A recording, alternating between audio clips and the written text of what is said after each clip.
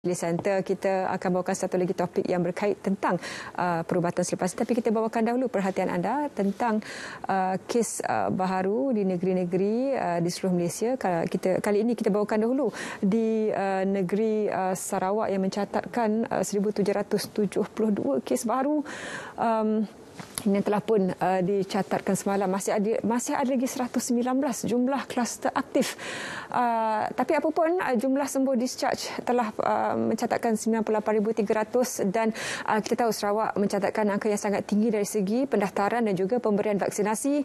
Unit mobility vaksin digerakkan sebanyak mungkin, terutamanya ke kawasan pedalaman, dan kita akan bawakan bagaimana antara semarak kebangsaan Kibar Jalur Gemilang kukuhkan perpaduan. Itu skop yang dibawakan untuk cerita pagi Sarawak pagi ini bersama pelapor di lokasi, Rosita Ampong. Silakan. Terima kasih rakan setugas di studio Selamat Pagi Malaysia. Hari ini, tahun ini saya sekali lagi berkunjung ke salah sebuah rumah penduduk di Kampung Hilir Sri Aman di Bandar Simangang ini. Tidak lain tidak bukan, yang mempunyai rumahnya adalah Tuan Haji Syaidi bin Haji Ahmad, yang mana setiap tahun beliau tidak pernah ketinggalan untuk menghiasi rumah beliau dengan kibaran jalur gemilang dan juga bendera negeri. Begitu juga tahun ini tetap dihiasi rumahnya walaupun dalam keadaan masih dalam keadaan penularan COVID-19.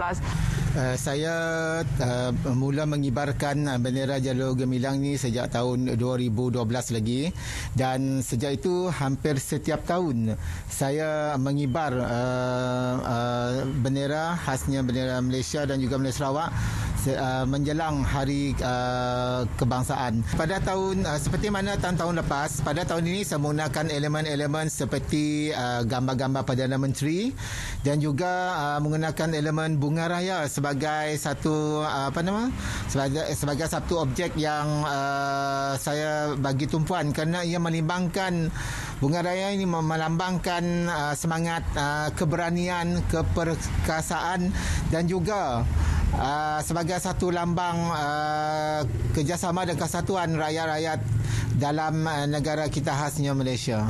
Jadi saya merasa bangga kerana dapat mengibarkan jalur gemilang setiap kali berlangsungnya Hari Kebangsaan Malaysia. Betul Tuan Haji, semestinya saya sangat bersetujulah dengan pendapat daripada Tuan Haji Syaidi. Begitu juga dengan kami di Jabatan Penyiaran RTM Sri Aman. Kami juga telah memulakan, telah lama jugalah mengibarkan jalur gemilang sejak beberapa minggu yang lepas. Itu merupakan salah satu usaha kami untuk sama-sama menyarakkan semangat Hari Kebangsaan. Dan bersama-sama saya pada pagi ini adalah Pegawai Perpaduan Bahagian Sri Aman, Tuan Ahmad Nur Kamal bin Abdul Malik, untuk beliau ceritakan serba sedikitlah tentang aktiviti yang akan dijalankan sepanjang sambutan bulan kebangsaan ini, Tuan. Selamat pagi. Kami Jabatan Perpaduan melalui Tabika Perpaduan dan juga Rukun Tetangga ada mengadakan beberapa program, iaitu melalui Tabika Perpaduan kita ada satu murid satu jalur gemilang, di mana kita menyerahkan kepada murid jalur gemilang untuk dipasang di rumah masing-masing, dan juga pertandingan mewarna dan juga pertandingan kolaj untuk murid perpaduan, serta ucapan kepada frontliner kita ya. Untuk Rukun Tetangga, kita ada program satu rumah satu bendera. Jadi setiap rumah kita akan serahkan kepada melalui Rukun Tetangga, dan juga program membina arca daripada bahan terbuang di kawasan Kiati, dan juga memasang banner sempena Hari Kebangsaan itu, dan juga program RTK di mana Arti Peduli, di mana KRT kita menyerahkan bersama-sama menyerahkan peralatan atau sumbangan baku makanan kepada penduduk-penduduk yang terjejas akibat COVID-19 ini. Itu sebahagian sajalah, Tuan. Sebenarnya banyak yang akan dilaksanakan.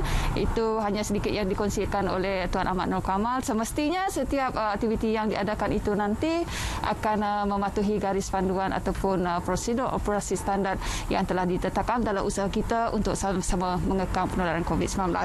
Dengan itu, sekian saja perkongsian cerita pagi dari Sarawak, dari Bandar Simangang. Saya serahkan kembali kepada rakan penyampai di studio Selamat Pagi Malaysia. Silakan. Ya, terima kasih Rosita Ampong atas perkongsian yang menarik untuk cerita pagi di negeri Sarawak. Dan sekarang ini penonton, kita